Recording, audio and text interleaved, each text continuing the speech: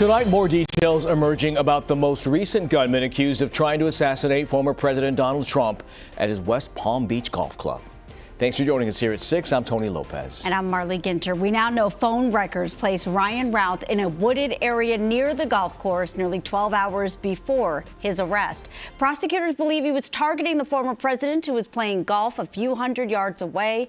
Officials say a service agent spotted a gun muzzle peeking through the perimeter tree line and fired at it, but say Routh never fired a round. According to court documents, Routh fled, leaving behind an AK-47 style rifle, a scope, and a GoPro camera. So the second assassination attempt on Donald Trump's life in weeks is drawing comparisons to another pair of attempted assassinations decades ago. And 1975 President Gerald Ford was also targeted by gunmen twice. In tonight's Politics at Large, Steve joining us live in studio with the lessons learned from those who were there then. Steve. Yeah, Marley, Tony, 64 days separated the two Trump assassination attempts back in 1975. Just 17 days separated the two attempts on President Gerald Ford's life, one in San Francisco and one right here in Sacramento.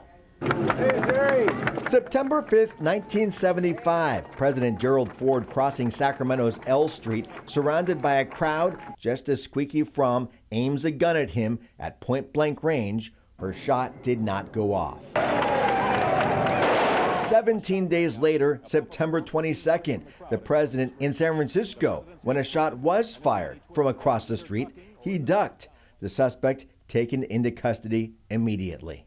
The president was not hit. He was not harmed in any way. In each case, the gunmen were women, Squeaky Fromm and Sarah Jane Moore. I think the Secret Service and the other law enforcement agencies. I was just focused on getting across the street. Dan Walters was in his first year as a Capitol reporter in 1975 and was on scene during the assassination attempt in Sacramento, watching Fromm as she was placed in a patrol car.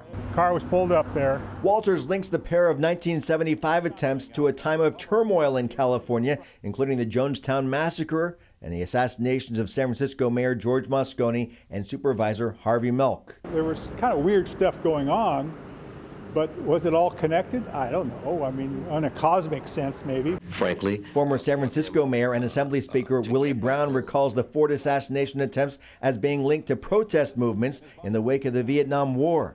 The world of politics was not nearly as organized as they are now. Both Brown and Walters say this era of rhetoric online is a game changer for inciting political violence. It has to do with the insanity around all the things that Trump talks about. You can read on there people saying so-and-so ought to be shot or somebody ought to be hanged. And that's kind of scary stuff. That wasn't happening in 1975. A pair of assassination attempts nearly 50 years apart, and the comparisons to a dark political history repeating itself. Dan Walters notes the irony that despite the two assassination attempts on President Ford's life here in California, this is the state he chose to retire in when he was done with politics, and both Fromm and Moore were convicted to very long prison sentences. And we can argue it's got even more dangerous with people hiding behind the keyboard and spouting off their beliefs and leading to some dangerous talk. No question, not just words, but actions as a result.